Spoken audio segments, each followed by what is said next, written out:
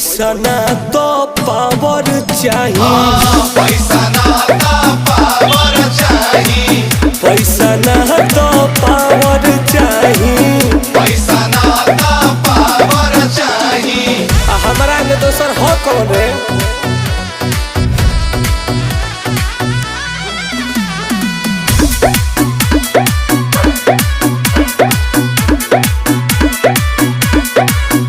सब रुपये के तो खेल बाटे, रुपये से जेल बेल बाटे। भैया के आगे सब फेल बाटे, सीधे अंबानी से मेल बाटे। एकदम सही कहता हूँ भाई, हमारा से कौन बरिया।